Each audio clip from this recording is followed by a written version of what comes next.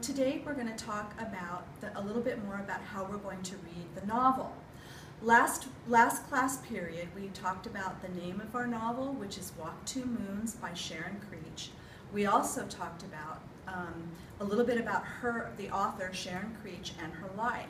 Now we're going to start reading the novel, and we're going to start with chapter 1, page 1, and we're going to talk about annotation. I want you to be active readers, and that means that I want you to read with awareness and purpose. And one of the ways to learn how to do this is with annotation. And annotation just means taking notes as you read. And you're going to take notes about what you understand about the novel and also how you feel and what you're thinking about as you read the novel. So annotation is really important. Now, usually when we think about annotation, we think about you're looking at a page in your novel and you have the left side and the right side of the margin. On the left side, you'll be taking notes about the reading of what you understand. And on the left side, you'll be making comments about your thoughts and your feelings as you read. Now, on a novel, the margins are so narrow that it's hard to take good notes. So sometimes the best thing that you can do is make yourself a chart. And you will see in our first reading packet, I've given you a sample chart. And it looks a little bit like this. We're thinking about left margin is what I understand as I'm reading, and the right margin is what I think and feel as I'm reading, and questions that I might have about the reading. Maybe there's something that I don't understand and I'll make a question there. Maybe there are some things that remind me about something in my life and I can make a note of that also. The questions that you write here you'll be able to bring to class, and in your reading groups you'll be able to ask your classmates what they think the answers to some of your questions might be. And then we'll discuss them as a class together. In a real book, the middle here would be the text of the novel, and this would be our left margin and this would be our right margin. However, we're going to be doing it on a chart so you have more room.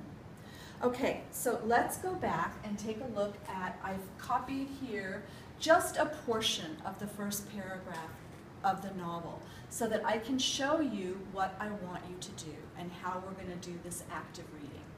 So to begin with, we're going to look at our first sentence here, and it says, Gramps says that I am a country girl at heart. So here's our first sentence. Gramps says that I am a country girl at heart. I'm just going to show you where I'm looking.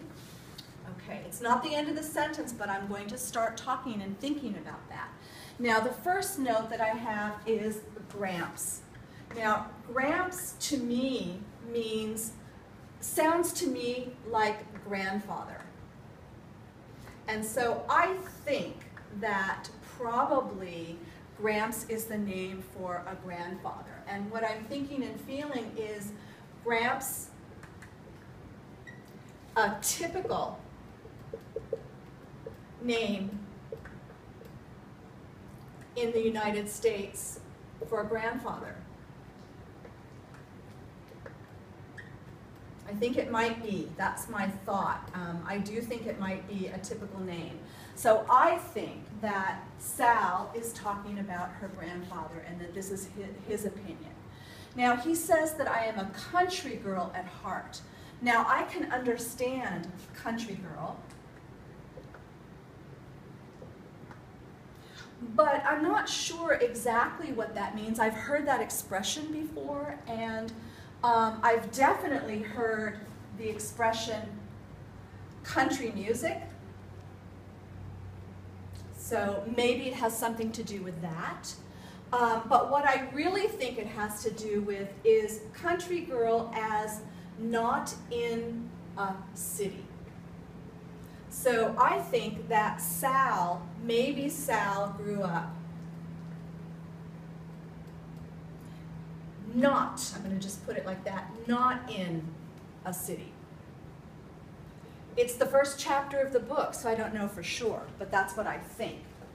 Now, what about this at heart? I'm not exactly sure what that expression means, but I know that my heart is in the center of my body. So I know that. And it's a very important part of my body. I can't live without one. So I think that it's showing importance, some kind of importance. Also, heart is always connected to our feelings.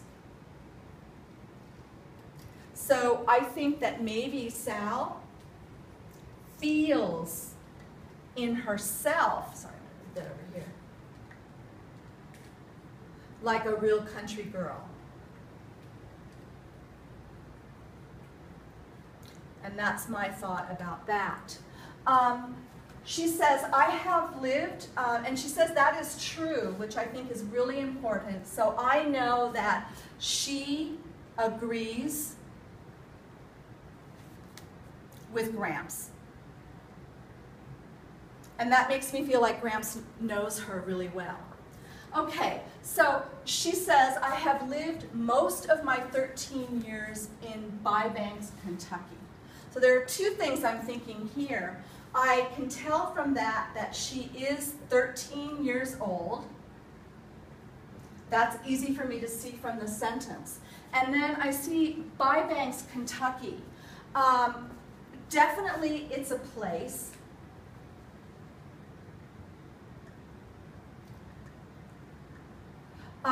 And because I'm not from the United States, I'm going to definitely, I need to go to a map and look up Kentucky. Where is that? I think that it is in the south of the United States somewhere, but I'm not sure. And the other thing that I want to think about is Bybanks. My question about Bybanks is it a real place, or is it just in the novel? And I think I want to find out about that, if it has anything to do with what we learned about Sharon Creech.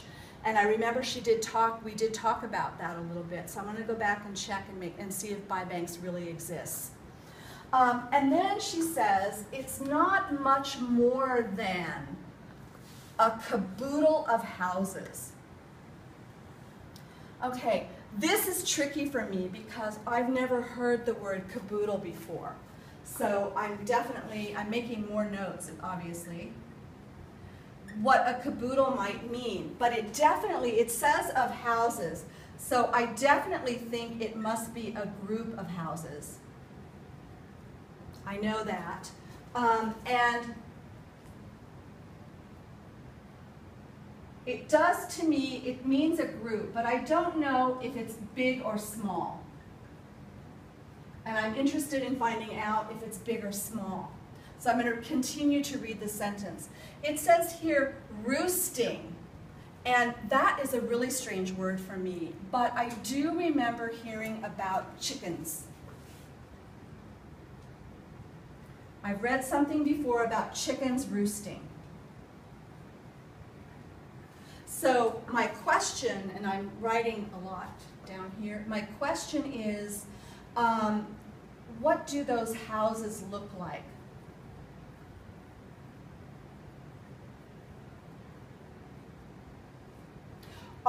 Do they look like they're just sitting on top of where they are, or do they look like they're really settled, like they've been there for a long time? When I think about chickens roosting, sitting on their eggs, they stay for a long time, so maybe those houses look like they've been there for a while. It does say, in a green spot. And I know that, I'm sorry I have to put this up here, I know that spot is definitely small. I know that. So I'm pretty sure that Bybanks, Kentucky, I've decided now that it must be a small town or a small place. It's not large and it's not a big city. And then I see that it's alongside the Ohio River. And the Ohio River is another place that I'm going to be looking up in a map to see exactly where it is. So this is how we begin with annotation. And what I would like for you to do for homework is I'd like you to continue chapter 1